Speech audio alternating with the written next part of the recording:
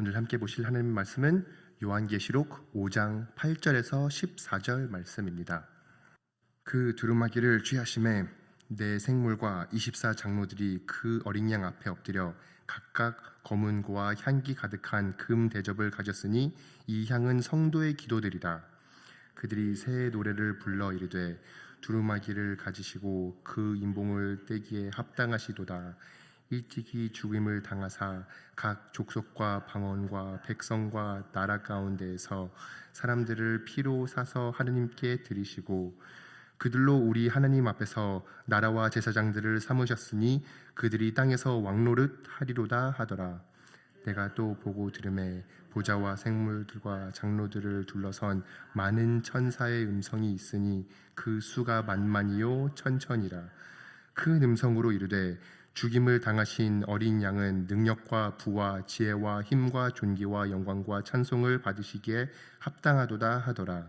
내가 또 들으니 하늘 위에 땅 위에와 땅 아래와 바다 위에와 또 그 가운데 모든 피조물이 이르되 보좌에 앉으신 이와 어린 양에게 찬송과 존귀와 영광과 권능을 세세토록 돌릴지어다 하니 내 생물이 이르되 아멘 하고 장로들이 엎드려 경배하더라. 아멘. 네. 우리가 계속 이 요한계시록 5장을 이어서 보게 되는데 우리가 어저께 이제 최주현 전도사님의 말씀을 통해서 또 예수님께서 어떻게 이 어린 양이 되어신지를 우리가 함께 묵상을 했고 우리가 다시 그 5장 6절을 봤을 때 내가 또 보니 보좌와 네 생물과 장로들 사이에 한 어린 양이 서 있는데 일찍이 죽임을 당한 것 같더라. 그에게 7뿔과 7눈이 있으니 이 눈들은 온 땅에 보내심을 받아 하나님의 7영이더라. 그래서 이 7을 상징하는 완벽과 이제 권능과 힘을 상징하는 뿔, 그리고 이제 전지하시다는 것을 상징하는 눈, 그리고 하나님이 어디든지 항상 계신다는 그것을 7눈 하나님의 영으로 설명을 하시기에 우리가 어린 양이 이렇게 합당하신 분이시니 그분에게 어떻게 하면 합당한 경배를 드릴 수 있는지, 어떻게 하면 합당한 예배를 드릴 수 있는지를 오늘 구절을 통해서 보게 되는 것입니다. 그래서 이 어린 양이 그 누구도 취할 수 없었던 이 두루마기는 주로 성경에서는 이제 하느님께서 계시하기에 미리 준비해 두신 그런 예언적인 말씀을 상징할 때가 있고 우리가 다니엘 마지막 장 12장을 보았을 때 거기는 다니엘이 이제 끝 시기에 있을 일들이 아직 봉인되어 있어서 열지 못하는 장면이 나오는데 오늘 경우에는 이제 이미 예수 그리스도가 죽으심을 당하시고 부활을 하셨기에 그 합당한 분이 계심으로 이 두루마기를 열 수 있는 자가 나타나서 그 나타나신 분을 찬양을 올리는 그런 장면을 보게 됩니다. 그래서 8절에 그 두루마기를 취하심에 네 생물과 24장로들이 그 어린 양 앞에 엎드려 각각 검은과 향기 가득한 금 대접을 가졌으니 이 향은 성도의 기도들이다. 이렇게 하나님이 가장 바라시는 것이 이 처음에 그들이 다 엎드리는 것입니다. 이 네 생물체와 24장로들은 정말 하나님을 대표적으로 상징하는 제일 권력이 많은, 권능이 많은, 각각 다 보좌 위에 앉아있는 그런 대상들인데 그렇지만 그들이 다 엎드려서 겸손히 하나님께 찬양을 올리고 경배를 하는 겁니다. 이 검문이 있는데 검문으로 찬양을 올리기 전에 먼저 엎드려 하나님 앞에 나아갑니다. 그만큼 하나님께서는 우리에게도 바라시는 것이 있다면 우리가 하나님을 주로 인정하고 하나님 앞에 엎드려 겸손히 우리의 삶을 내어다 드리며 우리를 마음껏 쓰셔달라고 하나님께서 영광을 받으셔달라고 하나님 앞에 나아가는 것입니다. 그래서 그렇게 하는데 거기에는 금 대접을 갖고 있다고 하고 그것이 바로 성도의 기도라고 얘기를 하고 있습니다. 이 향이 성도의 기도라고 얘기를 하고 있습니다. 여러분 혹시 마딜린 메레이 오헤어라는 분을 아시나요? 그분은 1963년도에 대법원까지 가서 미국에서 공립학교에서는 기도와 성경 읽기를 금지하는 판결을 내릴 수 있게끔 싸운 분이었고 그분은 American Atheist, 미국 무신론자라는 단체를 설립하고 거기서 대표로 계속 몇 년 동안 하다가 그 다음에 아들이 이어받아서 했는데 그 무신론자가 유명하게 한 말 중에 하나가 Two hands at work are better than 1,000 in prayer. 일을 하는 두 손이 기도하는 1,000손보다 낫다라고 얘기를 했습니다. 세상에 바라봤을 때는 그렇게 하나님 앞에 기도하는 것이 어리석어 보일 수밖에 없습니다. 그리고 우리 또한 믿음이 약할 때는 기도가 무슨 의미가 있을까라고 의심할 때 또한 있습니다. 그렇지만 하나님께서 하나님의 말씀을 통해서 우리에게 보여주시고 있으신 기도의 모습은 바로 하나님이 그 기도를 다 받아주시고 기뻐하신다는 것입니다. 하나님은 우리가 원하는 때와 방법이 아니더라도 우리의 기도를 다 들어주시고 우리에게 제일 필요한 방법으로 응답을 해주시는 하나님이십니다. 제가 제 집에는 여러 가지의 물건들이 있는데 여러분이 오시면은 이게 쓰레기인지 아니면은 보물인지 모르는 물건들이 있을 수가 있습니다. 왜냐하면 제게는 어린 아이들이 있고 그 아이들이 뭐를 그려서 만들어서 선물로 주는데 그것은 저희한테는 너무나도 소중한 사진이지만 여러분이 보셨을 때는 이 종이가 왜 여기에 있지? 라고 생각을 하게 될 수도 있습니다. 그것처럼 우리 하나님 아버지께서는 우리가 올리는 모든 선물, 하나님한테 드리는 것들을 다 귀히 여겨주시고 그것을 다 받아주십니다. 그래서 우리가 기도하는 것이 헛된 것이 아니구나. 아무리 사소한 일이더라도 아무리 이것 가지고도 하나님 앞에 나가야 되나라고 싶을 정도로 그런 일들이라도 다 우리는 하나님한테 올릴 수 있는 기회가 있는 거고 권리가 있는 거고 그럴 기쁨의 특권이 있는 것입니다. 그러니 우리는 항상 어떤 염려 가운데서도 어떤 기쁨 가운데서도 항상 기도로 하나님 앞에 나가시길 간절히 소망합니다. 이렇게 그 기도를 받으시는 하나님께서 또한 사도행전 10장에도 이런 기도에 대한 그 부분이 고넬리오라는 백부장을 통해서 보여주게 되는데 2절에 보면은 그가 경건하여 온 집안과 더불어 하나님을 경외하며 백성을 많이 구제하고 하나님께 항상 기도하더니 항상 기도하는 고넬료스가 하루는 제9 시쯤에 되어 환상 중에 밝히 봄에 하나님의 사자가 들어와 이르되 고넬료와 하니 고넬료가 주목하여 보고 두려워 이르되 주여 무슨 일이시니까 천사가 이르되 내 기도와 구제가 하나님 앞에서 상달되어 기억하신 바가 되었으니 내가 지금 사람을 요바에 보내어 베드로라는 시몬을 청하라. 이렇게 하나님께서 그의 기도를 들으시고 이 마치 향료처럼 상달되었다고 표현을 하면서 하나님이 얼마나 이렇게 의인의 기도를 듣기를 좋아하시는지 하나님이 그 기도를 듣고 응답하시기를 좋아하시는지 보여주고 있습니다. 그리고 우리가 기도를 해야 되는 이유는 우리가 하나님을 바꾸는 것이 아니라 우리가 하나님 안에서 바뀜을 받기 위해서 하는 것입니다. 우리가 기도를 하는 이유는 우리가 하나님을 따라 하나님의 생각을 본받을 수 있고 하나님의 사명을 하나님의 사랑을 본받을 수 있기 위해서 하는 것이기에 우리가 기도를 하면 할수록 우리는 주님을 더욱더 닮아갈 수 있을 것이고 우리는 주님을 더욱더 사랑하고 삶에 실천할 수 있을 것입니다. 그러니 우리가 매순간 매순간 그 기도로 하나님 앞에 나아가시길 바랍니다. 9절에 보면은 그들이 새 노래를 불러 이르되 두루마기를 가지고 그 인봉을 떼기에 합당하시도다. 일찍이 죽임을 당하사 각 족속과 방언과 백성과 나라 가운데서 사람들이 피로 사서 하나님께 드리고 우리는 기독교인으로서 우리가 자랑하는 것이 세상이 보기에 어리석은 부분이 있다면 그게 바로 이 일찍이 죽음 당하사라는 부분입니다. 이렇게 십자가에 못 박혀 죽으심이 세상이 봤을 때는 패한 것입니다. 세상이 봤을 때는 로마의 처벌로 이미 죽임을 당하신 것이고 그것은 승자의 모습이 아니라 패자의 모습이라고 볼 것입니다. 그렇지만 우리는 그것을 계속 내세우고 그것을 세상에게 알리는 자들입니다. 왜냐하면 그 십자가에서 하나님께서 이루신 일이 완벽한 사랑을 보여주시고 완벽한 공의를 보여주시고 그리고 십자가가 끝이 아니기 때문입니다. 그가 죽임을 당한 자가 나중에 부활하여서 이제 다시 재림하실 분이시고 이 두루마기를 가지고 인봉을 떼기에 합당하신 분이 되셨기에 우리가 이것을 올리는 것인데 이사야서 11장 10절에도 이 각 족속과 방언과 백성의 나라 가운데 있을 그 사람을 피로써 사서 하나님께 드릴 이 자에 대해서 얘기를 하는 가운데 10절에 이렇게 기록하고 있습니다. 그날에 이새의 뿌리에서 한 싹이 나서 만민이 치기로 설 것이요 열방이 그에게로 돌아오리니 그가 거한 곳이 영화로우리라. 아멘. 이렇게 이 열방이 그에게 돌아오는 게 하나님의 태초부터의 목적이었고 그 목적을 예수 그리스도를 통해서 도달하셨습니다.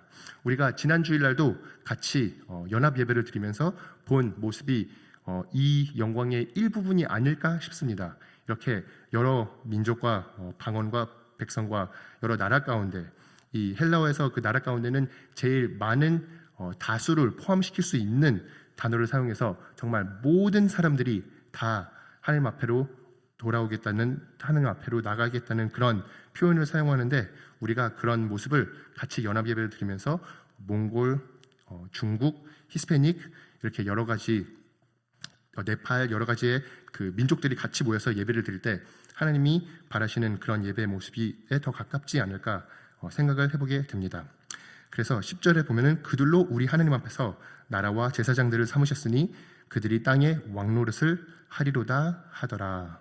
이렇게 이 하나님이 택한 자, 하나님이 피로 사서 하나님께 올린 자들이 결국 다양한 족속과 방언과 백성에서부터 오지만 그들은 다 왕노릇을 하게 될 자들입니다. 그것이 어떻게 보면은 예수님께서 마태복음 5장 5절에 얘기하신 온유한 자는 복이 있나니 그들이 땅을 기업으로 받을 것이며 라고 하는 그 뜻이 아닌가 싶습니다. 이렇게 우리는 세상이 보기에는 아무것도 아닌 자일 수가 있으나 하나님 안에서는 우리의 기도를 그렇게 귀히 받아주시고 하나님이 우리를 이 왕노릇을 할 수 있는 자들로 내세울 것이고 우리가 나중에 왕노릇을 할 때 우리는 이것을 악용하는 게 아니라 우리가 우리의 욕심을 위해서 사용하는 것이 아니라 이 왕노릇으로 인해 하나님께 영광을 더욱더 돌리고 이 장로들이 왕관을 내려 하나님 앞에 경배를 하듯이 우리 또한 이 왕노릇으로 하나님께 더 큰 영광을 올릴 수 있게 되는 그런 계기가 되지 않을까 싶습니다. 이런 식으로 하나님께서는 그들을 왕노릇하게 할 수 있는 그 특권을 허락해 주시고 우리는 그것을 또한 우리는 하나님께 다시 영광의 통로로 사용하게 되는 것입니다. 이렇게 11절에도 내가 또 보고 들음에 보좌와 생물들과 장로들이 둘러선 많은 천사의 음성이 있으니 그 수가 만만이요 천천이라. 큰 음성으로 이르되 주님을 당하신 어린 양은 능력과 부와 지혜와 힘과 존귀와 영광과 찬송을 받으시기에 합당하도다 하더라. 우리가 지난 4장에는 대표하는 이 네 생물과 이 24명의 장로만 보았다면 오늘은 정말 셀 수 없는 만만이요 천천이라는 표현이 바로 myriads, 하나도 셀 수 없는 그런 많은 자들이 다 나타나서 하나님께 찬양을 올린다는 것인데 그 천사만 아니라 13절에 보면은 온 인류가 또 그들이 하늘 위에와 땅 위에와 땅 아래와 바다 위에와 또 그 가운데 모든 피조물이 이르되 보좌에 앉으시니와 어린 양께 찬송과 존귀와 영광과 권능을 세세토록 돌릴지어다. 이렇게 이 대표로 하는 분들만 하나님 앞에 찬양을 올리는 것이 아니라 온 인류가 모든 피조물이 나중에 땅에 떨어지는 땅 아래까지에 있는 피조물까지 다 결국에는 하나님을 찬양한다고 얘기를 하고 있습니다. 빌립보서 2장 8절에서 11절에 얘기하는 것처럼 예수님에 대해서 사람의 모양으로 나타나사 자기를 낮추시고 죽기까지 복종하셨으니 곧 십자가에 죽이심이라. 이러므로 하나님이 그를 지극히 높여 모든 이름 위에 뛰어난 이름을 주사 하늘에 있는 자들과 땅에 있는 자들과 땅 아래에 있는 자들로 모든 무릎을 예수의 이름에 꿇게 하시고 모든 입으로 예수 그리스도를 주라 시인하여 하나님 아버지께 영광을 돌리게 하셨느니라. 이 말씀이 이루어지는 그 장면, 그리고 모든 생명체가 다 하나님을 찬양하는데 여기서 보좌에 앉으시니와 어린 양에게 이렇게 하나님과 하나님 아버지 그리고 예수 그리스도를 동시에 찬양을 올리는 이 모습을 보게 되는 것입니다. 이렇게 찬양을 할 때는 우리는 또 다시금 생각해야 되는 게 죽임을 당하신 어린 양, 우리에게 자랑이 있다면은 바로 이 죽임을 당하신 어린 양이 우리를 위해서 죽이심을 당하셨다는 것입니다. 그의 피로 우리가 의로움을 받았다는 것입니다. 죄사함을 받고, 그래서 갈라디아서 6장 14절에 나오는 것처럼 그러나 내게는 우리 주 예수 그리스도의 십자가 외에 결코 자랑할 것이 없나니 그리스도로 말미암아 세상이 나를 대하여 십자가에 못 박히고 내가 또한 세상을 대하여 그러하니라. 이렇게 우리에게는 입양된 모습이 있고 우리는 하나님의 자녀로서 살아갈 때 우리에게 가장 큰 자랑이 바로 이 죽음을 당하신 어린 양이 우리의 주인이시라는 것입니다. 그래서 시편 150편에도 1절과 2절과 6절만 읽어주면 이렇게 기록하고 있습니다.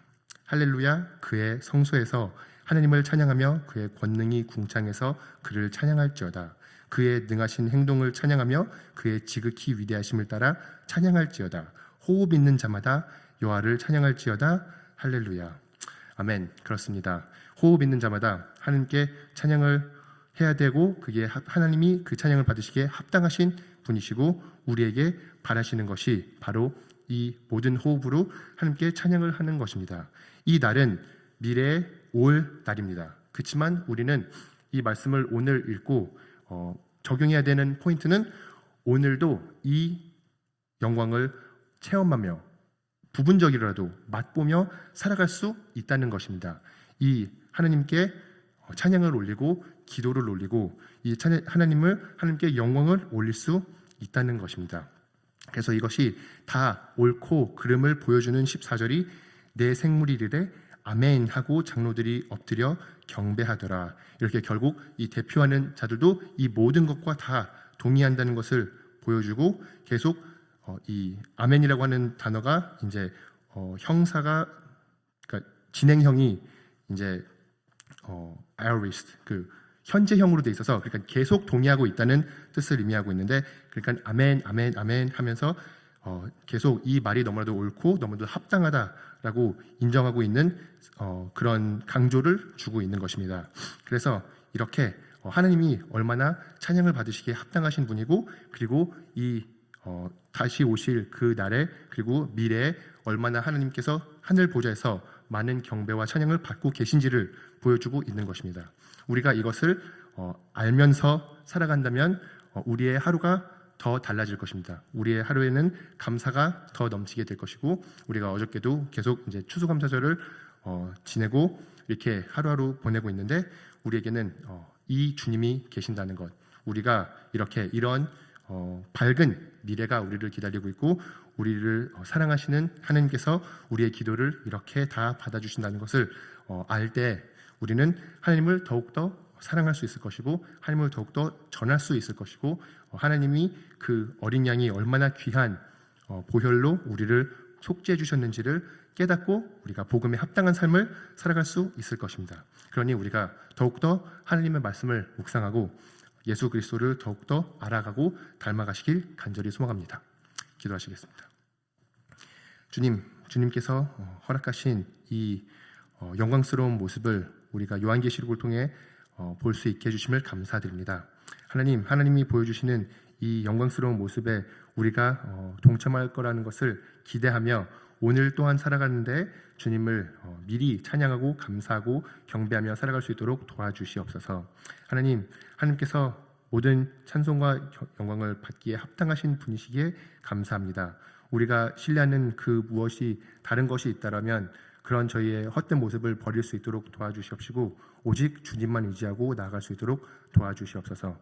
우리가 더욱더 겸손해질 수 있도록 도와주시옵시고 우리의 모든 능으로 주님을 더욱더 힘써 따르는 자들이 될 수 있도록 도와주시옵소서. 하나님, 우리를 끝까지 포기하지 않으시고 사랑해 주시고 구원의 길로 인도해 주시니 감사합니다. 그 주님을 더욱더 사랑하며 동행하며 나아갈 수 있도록 도와주시옵소서. 감사드리며 이 모든 말씀 예수님의 이름으로 기도드립니다. 아멘.